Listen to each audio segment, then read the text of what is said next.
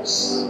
A graça e a paz do Senhor. Amém. Abra sua Bíblia, por favor, no Evangelho de Lucas, no capítulo de número 23, e faremos a leitura a partir do verso de número 40.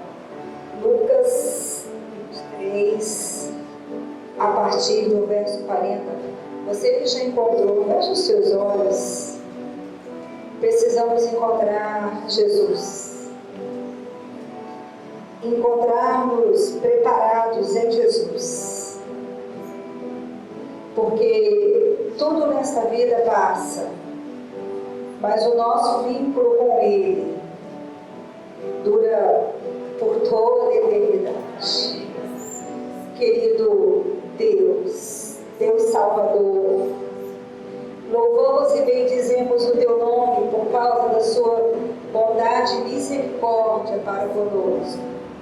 Vemos a Tua bondade quando vemos a cura, quando vemos a Sua provisão, quando o Senhor nos responde, quando nos firma na convicção da salvação que foi efetuada por nós na cruz do Calvário. Jesus, que os Teus olhos salvadores fitem sobre este lugar nesta noite, para contemplar, meu Deus, o coração, o espírito, meu Deus, daqueles que se agarram à Tua salvação, aqueles que acham, meu Senhor, que a salvação da alma, a eternidade ofertada por Cristo Jesus, nosso Senhor, é suficiente, meu Deus. Eu peço a Ti, em nome de Jesus Cristo, que Teu Espírito Santo esteja nos revelando a palavra, fazendo-nos conhecer a Tua boa, agradável, perfeita vontade. Vai repreendendo, meu Deus, todo espírito de dúvida, todo espírito de feitiçaria, todo espírito de incredulidade. Meu Senhor vai repreendendo todo espírito de angústia, todo espírito de temor, todo espírito, meu Deus, de tristeza. Vai cancelando o poder das trevas nesta noite, meu Deus, e firmando o Teu povo diante da Tua presença, em nome de Jesus. Diz assim a palavra do Senhor: mas o outro criminoso o repreendeu, dizendo: você não teme a Deus, nem estando sobre a mesma sentença? Nós estamos sendo punidos com justiça, porque estamos recebendo o que os nossos atos merecem. Mas este homem não cometeu nenhum mal. Ele disse: Jesus, lembra-te de mim quando entrares no Teu reino. Jesus lhe respondeu: em verdade te digo que hoje mesmo estarás comigo no paraíso. Somente até aí, e você pode se assentar. Esta é a história de vida, a história de salvação, relatada nos evangelhos de um dos ladrões da cruz. Um dos ladrões que foram crucificados com o Senhor Jesus. E é interessante que este homem, este criminoso, ele foi o último companheiro de Jesus Cristo na sua jornada terrena. O último companheiro do Senhor Jesus não foi um dos seus discípulos, não foi nenhum dos publicanos, mas foi este ladrão da cruz. É notável perceber o poder que tem Jesus Cristo de salvar, o poder que tem a salvação efetuada por Jesus Cristo na cruz do Calvário. E que disposição tinha este homem de nos receber. Quando nós vemos a história do ladrão que se arrependeu na cruz do Calvário, nós pensamos em algum ponto, né? Jesus salva um malfeitor que estava no seu ponto mais baixo, né? Em plena agonia. E a o amor de Cristo, a decisão tomada por Jesus Cristo em nos salvar. Jesus Cristo, ele estava morrendo, ele estava em agonia, ele já estava despido, ele já estava em vergonha, em humilhação, ele já tinha sido abandonado, ele já tinha recebido todas as decepções. O que estava por vir é a separação de Deus. Ele já sentia sobre si este efeito. De repente, ao seu lado, um dos malfeitores que foram colocados lá, não apenas porque mereciam aquela sentença, mas para humilhar Jesus ainda mais. Aqueles ladrões, eles foram crucificados junto com Jesus, além de merecer, né, serem dois condenados, merecerem pela lei aquela sentença, mas eles foram colocados ali estrategicamente para humilhar o Senhor Jesus. Por quê? Pegaram dois transgressores, duas pessoas que foram feitas escória de todas as coisas, né? E colocaram do lado do Senhor Jesus. Estava Jesus despojado já de sua glória. Quando olhávamos para ele, não víamos nada que lembrasse ser o glorioso, único Filho de Deus. Estava Jesus, né, na sua condição mais baixa aonde ele poderia chegar, mas ele ainda teve olhos para salvar. Me diga o quanto o Senhor Jesus tem olhos para salvar. Não havia nada que interrompia dentro do ser do homem Jesus o processo de salvação. Jesus, ele foi enviado para nos salvar. Ponto. Ele já estava reduzido a nada. As circunstâncias o reduziram a nada. Colocaram-no entre dois malfeitores para puxarem-no mais para baixo ainda. E ele consegue olhar em agonia para um homem agoniado. Sabe o que acontece? Os cristãos, eles devem se apropriarem verdadeiramente da sua fé. Este momento social, esse contexto social de pandemia, ele serve para nos mostrar o tamanho e a importância da nossa fé. Nós não podíamos ter uma alma abalável. Nós somos feitos de carne, sim. A carne vacila, balança, sim. A carne se enfraquece, sim. A palavra diz de maneira clara, direta, que a carne, ela enfraquece, mas o Espírito está sempre firme. O Espírito está sempre pronto. Então nós precisamos entender que nós temos uma carne abalável. Não é ser de carne e viver como se fosse de ferro. Não é isso que eu estou falando. Não é negar a nossa fragilidade, né? Durante muito tempo a gente ouvia dizer que crente não chora. Tem muitas pessoas que se apropriam da fé para não observar os cuidados, né, neste momento difícil de pandemia.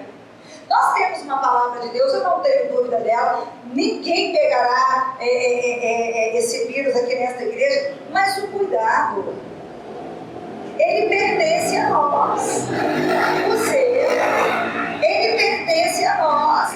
Transgredir as leis de Deus, as normas, não é fé. O diabo quis confundir Jesus Cristo exatamente com isso. Se tu és o Filho de Deus, se atira de cima desse penhasco, que os anjos o segurarão. Mas Jesus não entrou nessa. Então, nós precisamos entender que a nossa fé, ela foi efetivada na pessoa de Jesus Cristo, na agonia absoluta do Senhor Jesus. E que nem na sua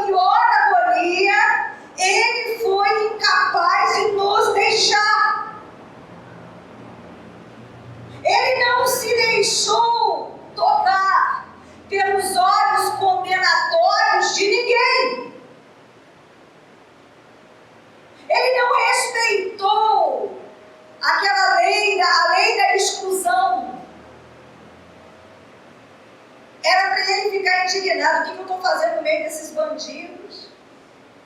Eu já estou levando a sentença sobre mim. Por que eu tenho que ser colocado no meio dos bandidos?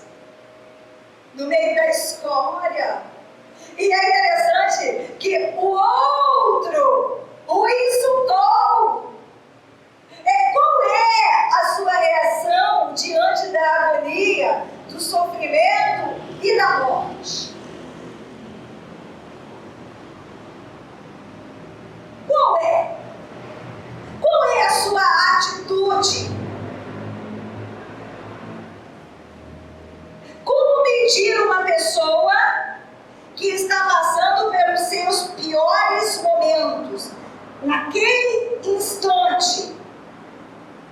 Um dos ladrões da cruz olhou para o semblante de Cristo e concluiu: ele não vai descer, ele não vai se desprender deste madeiro, ele não vai humilhar esses agressores, ele não vai promover uma revelação, ele vai morrer. Então, se ele vai morrer, para que ele me serve? Então, se eu vou morrer, para que ele me serve? Um dos ladrões insultaram-no, porque ele não faria o que ele achava que ele deveria fazer, mesmo sem ele merecer. Uma das coisas que a igreja precisa se preparar é para olhar nos olhos de Jesus. Um dia faremos isso. Tem se preparado para olhar dentro dos olhos de Jesus? Enxergastes no Senhor Jesus o maior valor da sua existência? É interessante que as armas para vencer o inferno, Satanás e seus irmãos e a morte, está descrita lá em Apocalipse.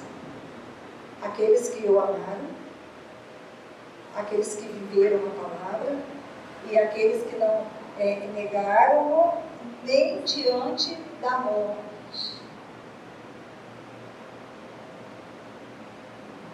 Sabe por que tem muita gente que não vence o diabo? Tem muita gente que não consegue romper com algumas barreiras de maldição. Sabe por quê? Não é porque não dá o testemunho, não é porque não crê na palavra, mas é porque é idólatra. Entre a sua vida e Jesus ficam com a sua vida. Pastora Crhys, do que você está falando?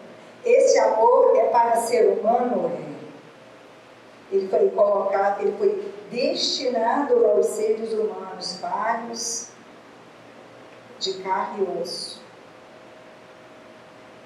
Precisa pulsar dentro do nosso coração, dentro do nosso espírito, um amor ao Cordeiro tão ardente.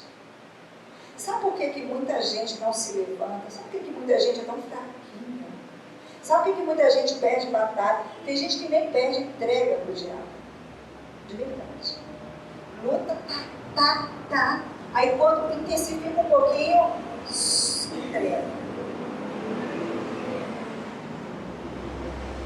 Por causa do preço que está buscando por ela. E ele conhece, sonda mente e coração. Prova o Espírito. A história da salvação começa com a história da entrega de Isaac pelo pai no Monte Moriá, onde um homem, por causa de uma promessa de ter um filho, e deste filho ser feito pai de nações, rompe com tudo. Rompe com a família, conversão, religião, segurança, amizade. Leva um sobrinho que ele pensa, terei Ló comigo, eu criei Ló como filho, o pai do Ló era morto. Era um sobrinho que ele tinha criado como filho. E a certa altura da caminhada, teve que se despedir de Ló. Teve que deixá-lo ir por causa do conflito de interesses. E quando este menino, esperado por mais de 20 anos, atinge a adolescência, Deus pede a este pai que o sacrifique, queimando-o no fogo, imolando-o, queimando-o no fogo, lá no cume do Monte Moriá. Nome que recebeu nome por causa da fé deste moço. Porque a palavra Moriá quer dizer no monte, o Senhor proverá. E lá ele entrega Isaac. Ele entrega. Não existia na alma de Abraão amor maior do que a companhia do Eterno. Não havia sentido na vida de Abraão que não fosse cumprir a obra do Eterno.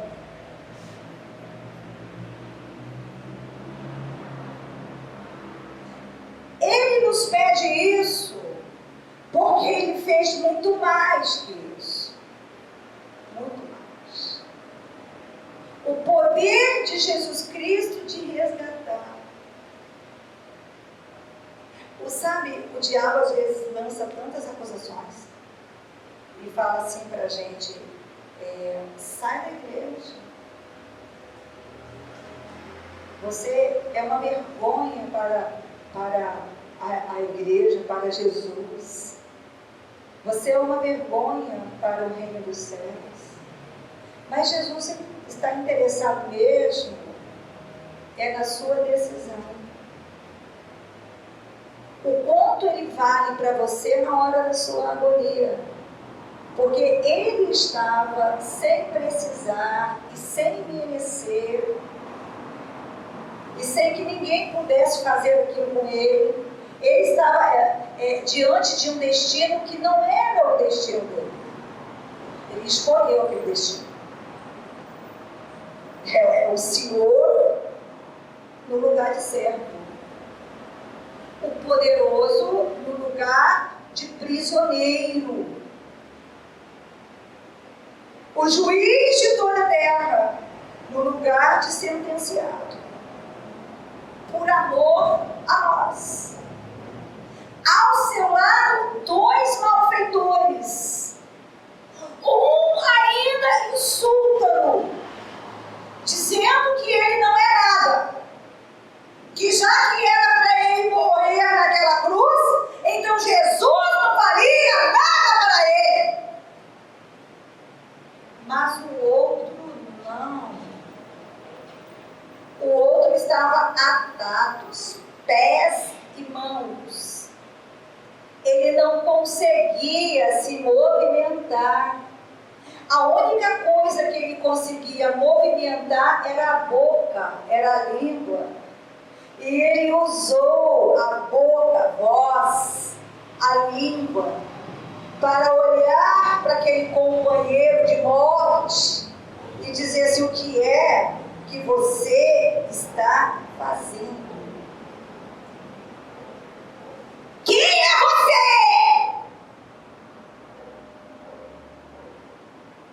Quem é você? Nós estamos aqui porque nós merecemos. É interessante como ele faz isso. Ele diz assim: você não teme a Deus? Mesmo estando sob a mesma sentença que ele. É interessante avaliar essa fala, porque ele já estava naquela sentença, mas Jesus não precisaria estar lá. Ou seja, nem Deus se colocando na mesma sentença que você, nem ele se igualando a você, nem ele sentindo o que você está sentindo, nem ele sofrendo o que você está sofrendo, sendo Deus.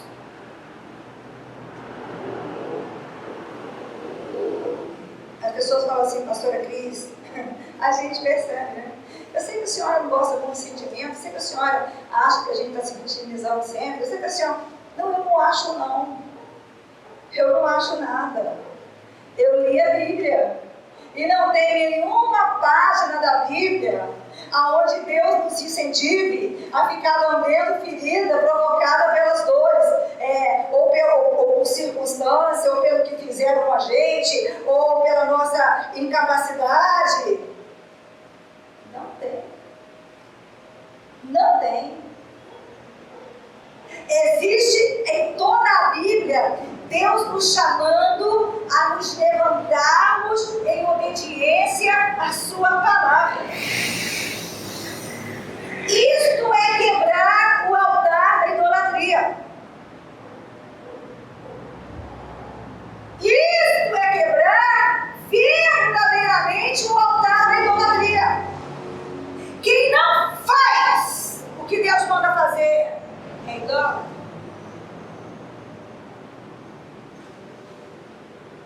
O que você tem que fazer? Que chova, que faça sol. A sua identidade ela vai sendo construída. O novo ser vai sendo gerado na dinâmica entre o conhecimento e o espírito. É isso que Jesus falou para Nicodemos, quando este o procura em secreto e pergunta o que é necessário fazer para nascer de novo, para entrar no reino dos céus. Aí Jesus responde, nascer de novo. E ele disse, mas como? Pode um homem velho voltar para o útero materno? E Jesus diz, não, que em verdade vos digo, quem não nascer da água e quem não nascer do Espírito, jamais. Água é a palavra, o entendimento da palavra. E o Espírito é o Espírito de Deus.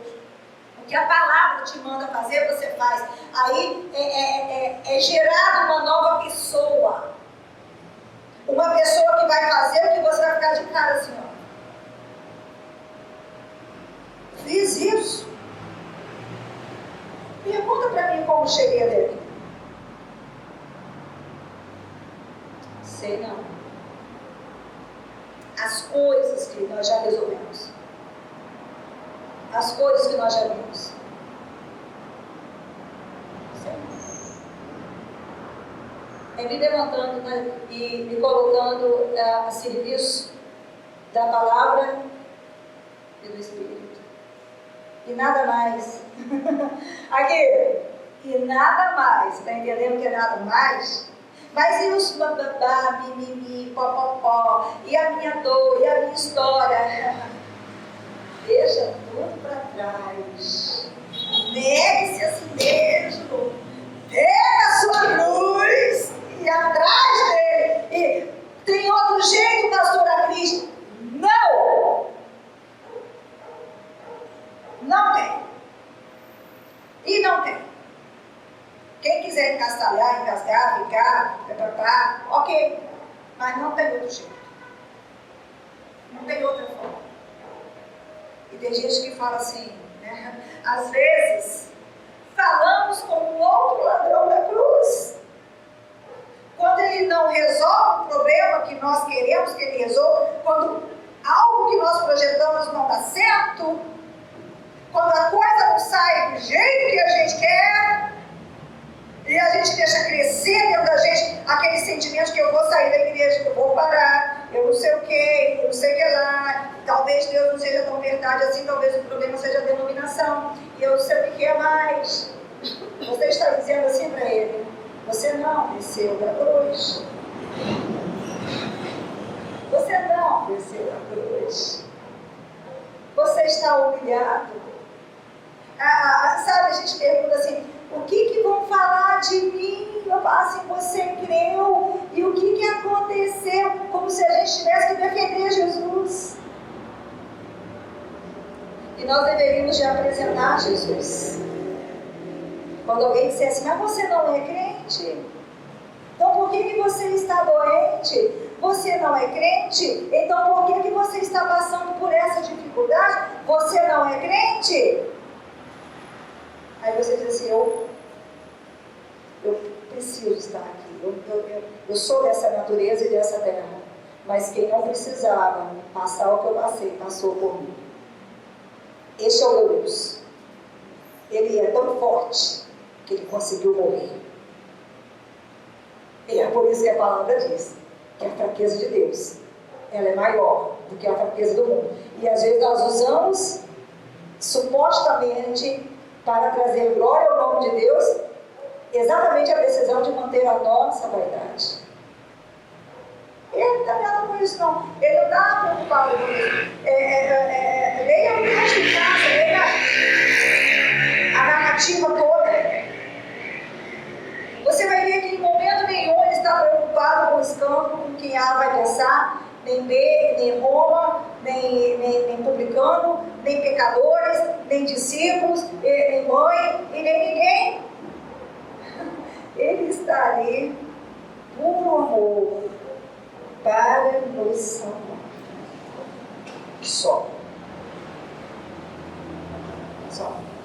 E fez o malfeitor, colocado para humilhá-lo, o último companheiro da sua jornada ministerial nesta terra. Mas existe outro ponto, né? Que é a notável fé do ladrão. Ele estava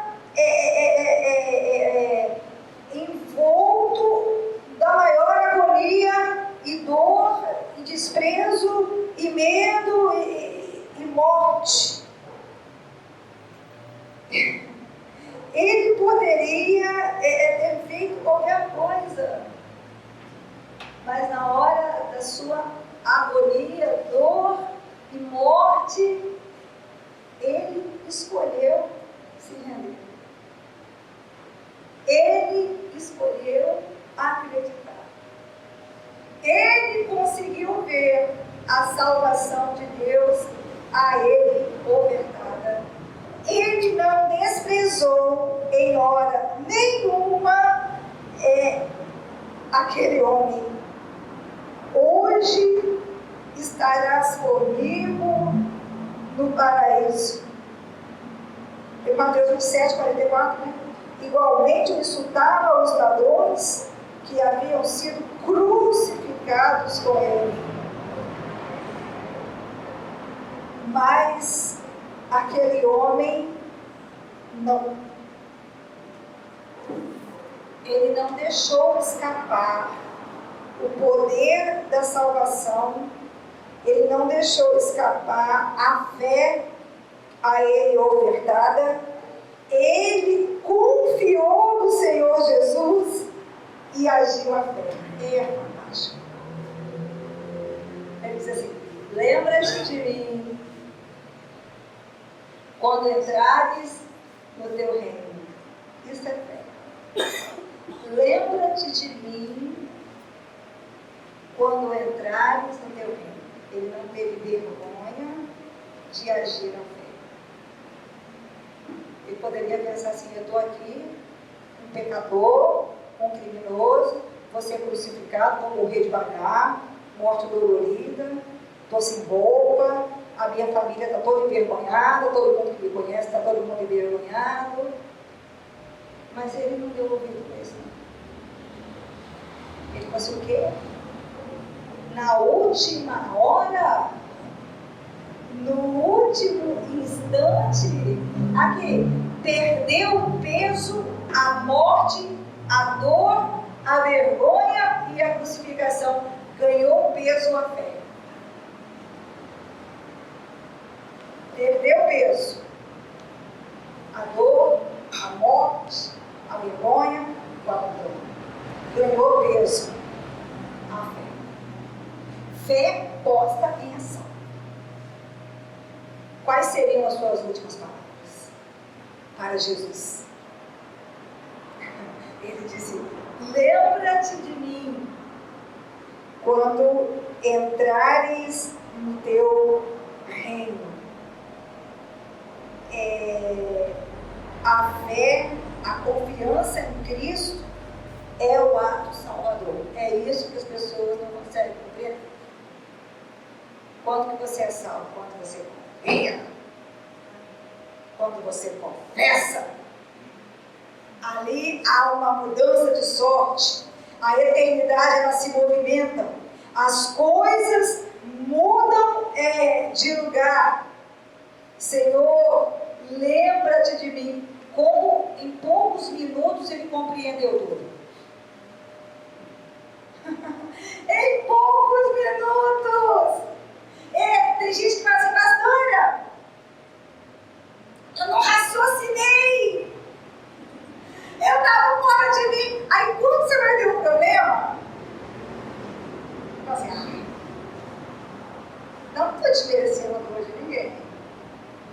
Esse cara estava sendo crucificado. Não tinha mais jeito. Se tem uma coisa que ele sabia, é que ele não ia descer vivo daquela cruz. Todos os projetos de vida, sonho, acabaram ali.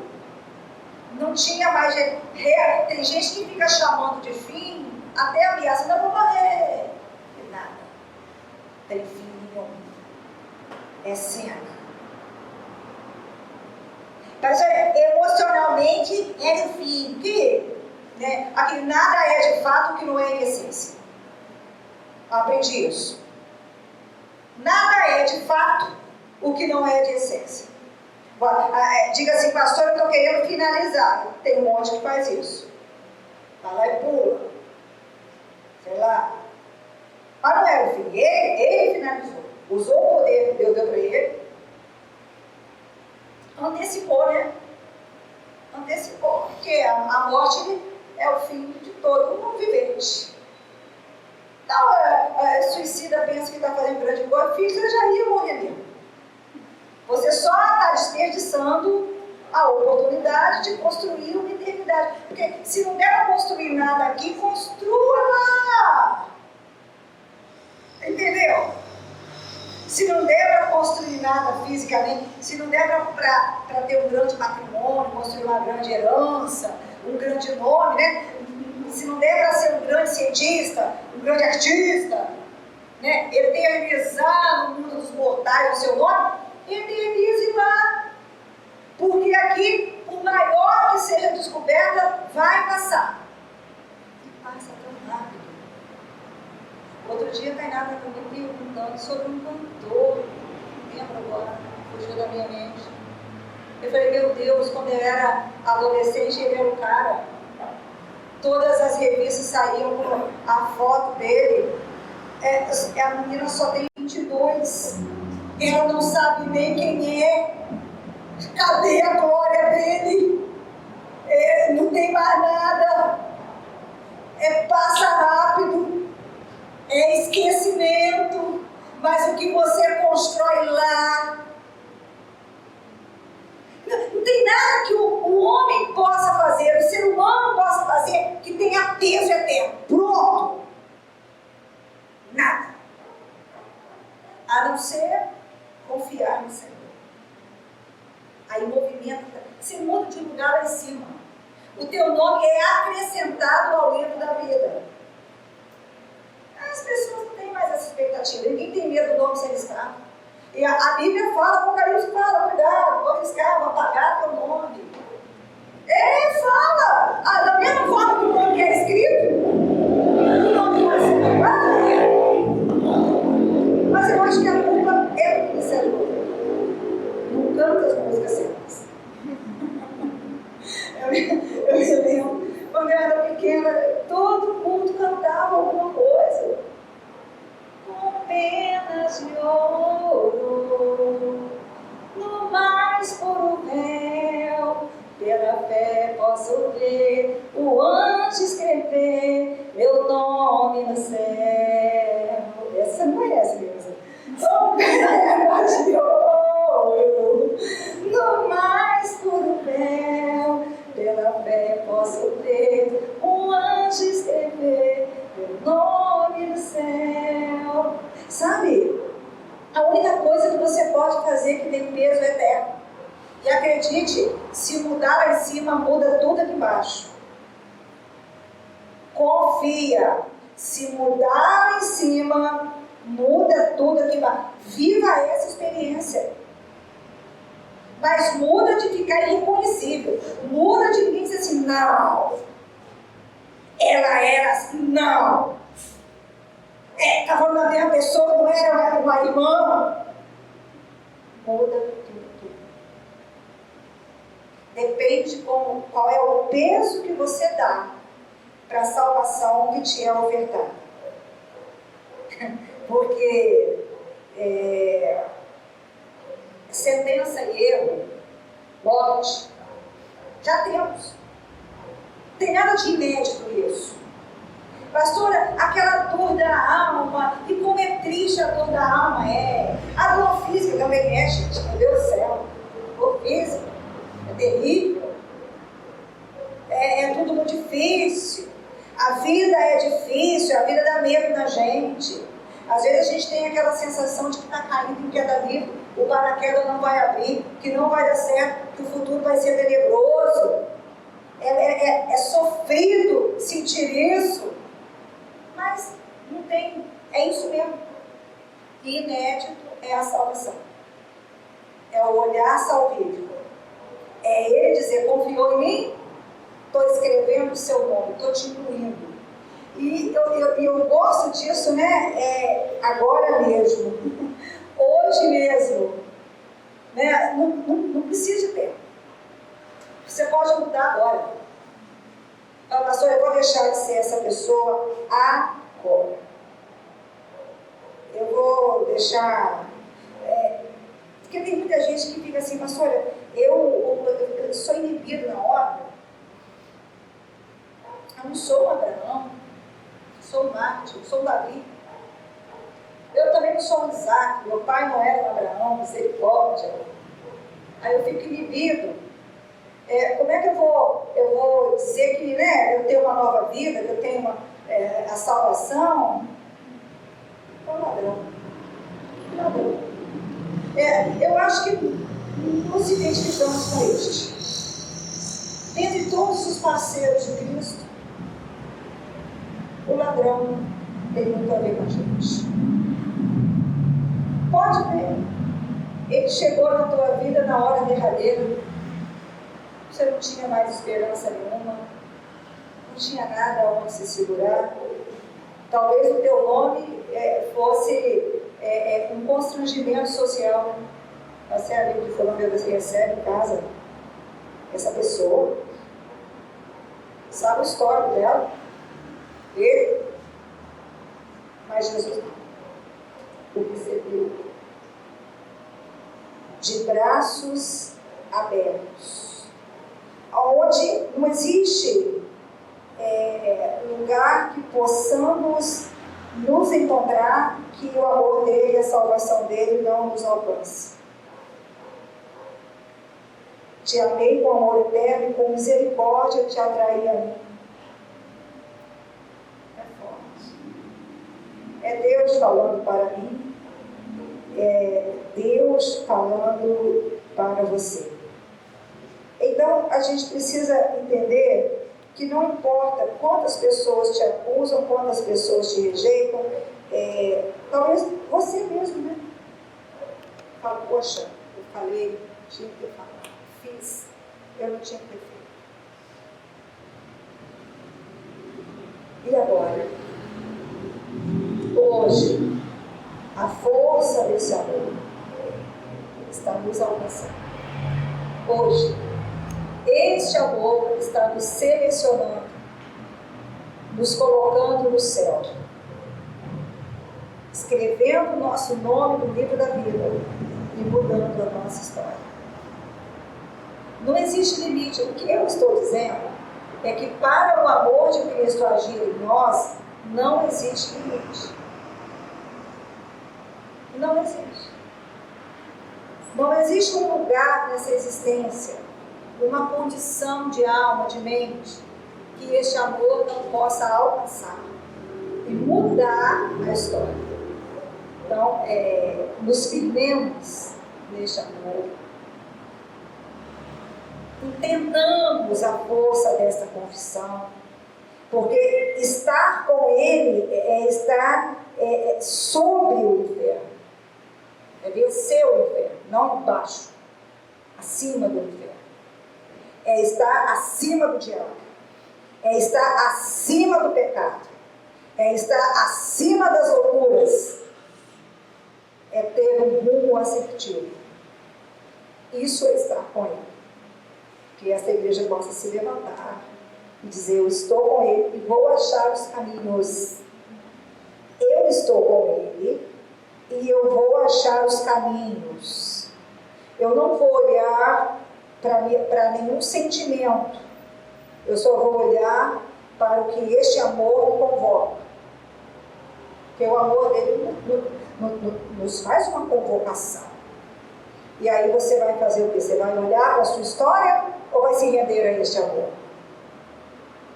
Você vai olhar para as suas dores ou você vai pedir para ele se lembrar de você? Porque você está confiando que ele está mudando tudo. Lembra-te de mim.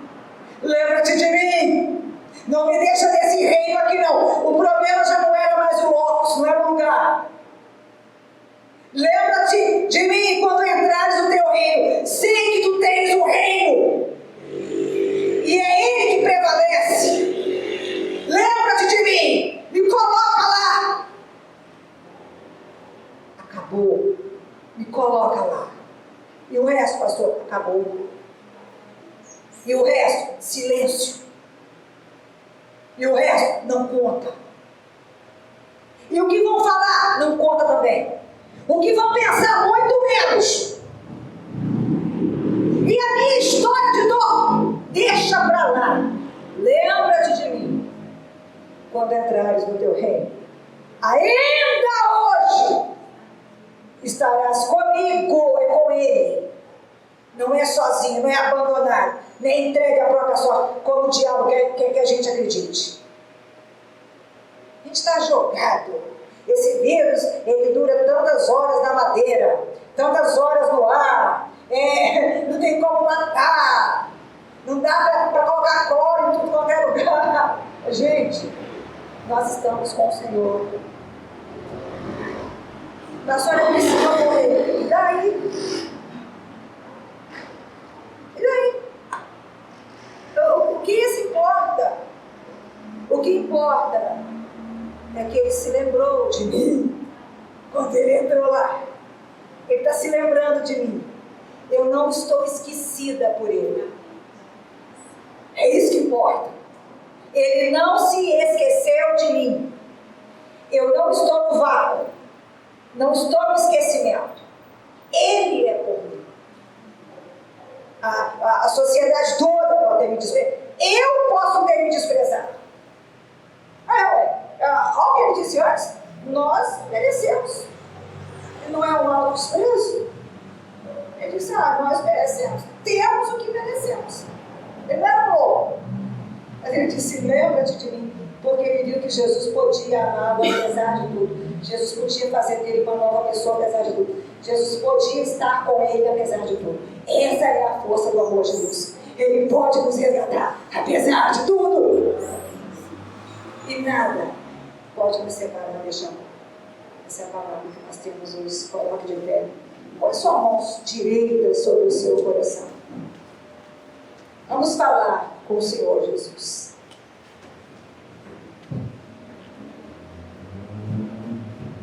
Vamos falar com Ele.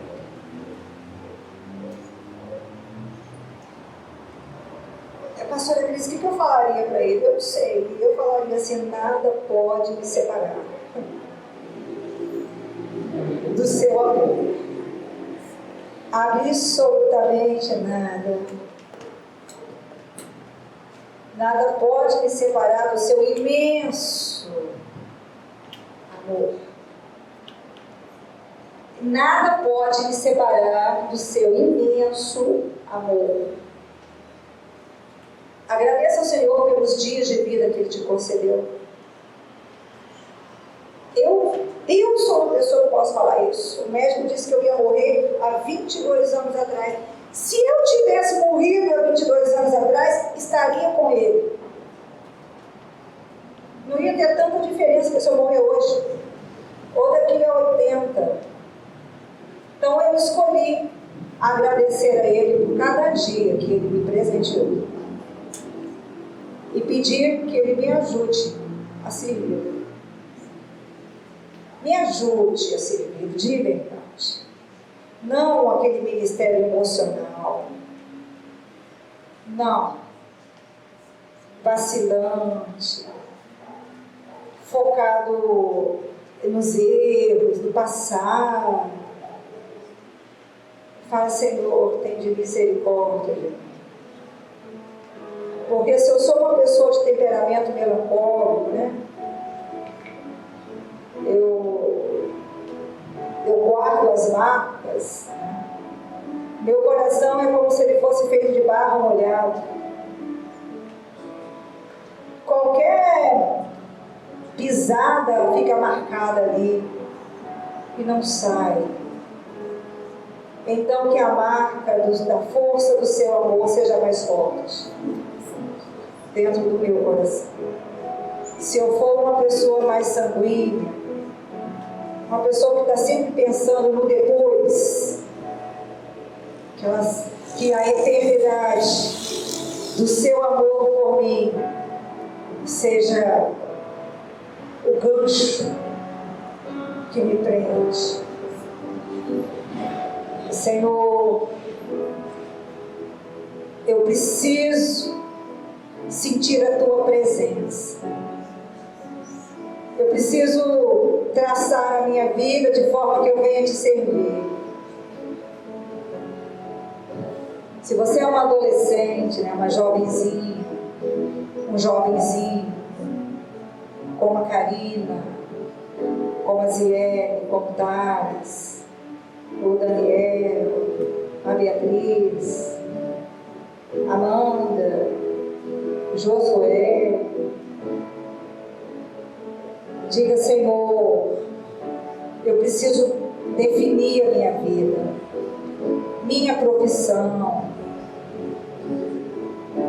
Eu preciso definir se me casarei, com quem me casarei. Mas não me deixe me casar com ninguém que vai me impedir de te servir em primeiro lugar. Não me deixe. Faça essa oração, Eduardo. Mas faça com fé. Fala, Senhor, a minha profissão. O Senhor tem uma profissão para mim, o Felipe. O Senhor tem uma história para mim. E eu estou fazendo uma escolha.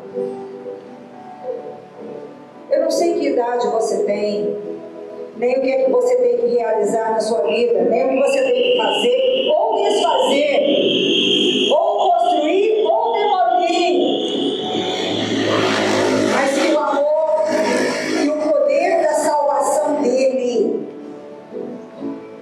a partir do momento que você decide por ele, o poder dele vai penetrando na tua realidade, no teu caminho, no teu destino. Faça essa oração de para Jesus Cristo, a porta que o Senhor me abriu, ela não se fechará, porque eu escolhi estar na tua casa. Eu preciso aprender a ser um testemunho. Me ajuda, Senhor, a ser um testemunho. O Senhor precisa de pessoas que vão ser testemunhos, gente. Chega lá onde chega, mas com Deus são poucos. E que chegam com Deus e dizem que chegaram com Deus, são menos ainda. Diga, meu Deus, eu quero te agradecer. Eu tenho tantos anos de idade. Eu não sei com quantos mais o Senhor me